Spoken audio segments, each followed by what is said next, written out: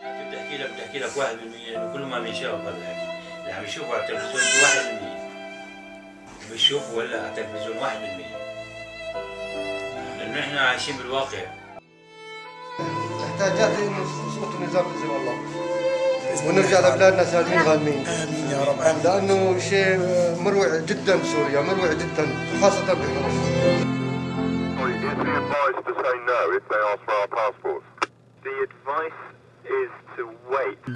We've been told that we've been refused entry into Amman, where we were expecting to stay in a sports centre. So the convoy has blocked all the lanes of the motorway. Everyone's got their sirens going and their lights. I think this is totally appropriate to what's going on. Further ahead, the front of the convoy is parked up on the outskirts of Amman, with police refusing to allow it any further into the city. Eventually, the authorities capitulate and order the security forces to allow the convoy through to its planned stop in the capital.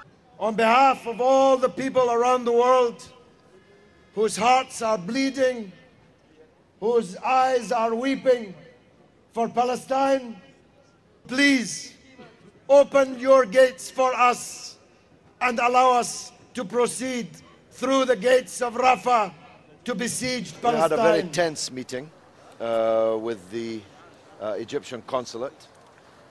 He confirmed that Egypt's present position is that they will not allow us to sail. There are many ways to frustrate entry into Egypt, by Egypt. One is physical, the other is psychological and emotional. Everything up to now has been preparation for this moment and the days to come.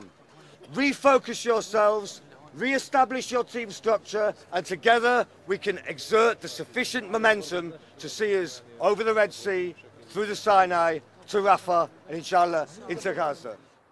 Instead, it remains stuck in Aqaba.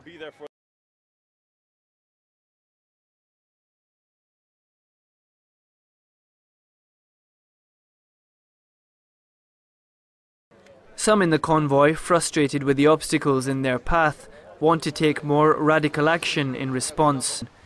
But bureaucratic hurdles have meant they remain impounded in an Egyptian seaport. The Egyptian government, not the Egyptian people, because the Egyptian government is not allowing us because they're a puppet for the American and the Israeli regime. We need to be there. We should have been on the border of Rafah and entering Gaza today to be with the people of Gaza, to tell them that we came halfway across the world to be with you on the anniversary of a Holocaust, of a second Holocaust. And that's what we try to do. But instead, we're here in Aqaba standing in front of the consulate asking God that He open the borders for us and help us get through Gaza so we can be there with our brothers in solidarity with our brothers in Gaza.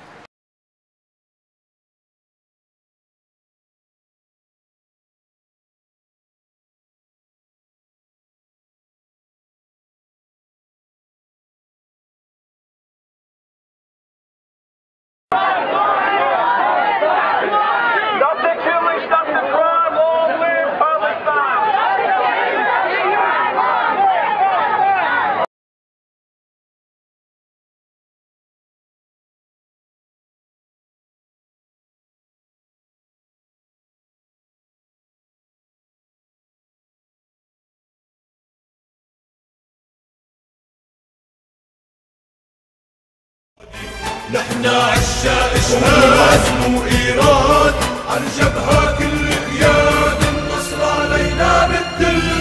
هيهات يا محتل هيهات من الزل، هيهات يا محتل هيهات من الزل.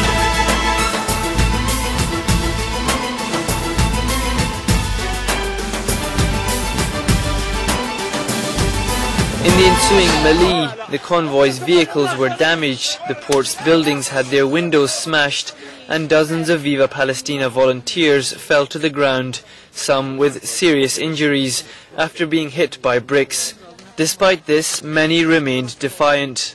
You know, we're ready to stand here. I'm ready to bleed all my blood, you know, because they're selling the blood of the Gazan children for little, you know, and we're ready to stand here to take our aid, to do whatever.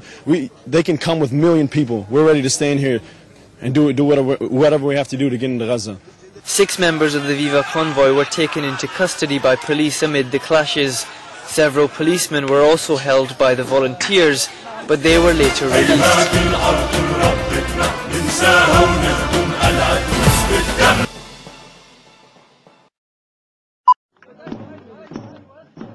Finally, the Viva Palestina U.S. humanitarian aid convoy entered the Gaza Strip via the Rafah border crossing Wednesday night. The convoy managed to break the suffocating Israeli blockade, imposed on 1.5 million Palestinians for a second time. The British MP George Galloway and Cynthia McKinney were among the first group crossed into Gaza. We wanted to come to Gaza with a very large fleet of vehicles filled with medical aid. In the end, we had to walk, because they will not allow us to bring our vehicles through Rafah, even though we have bought those vehicles brand new in Egypt.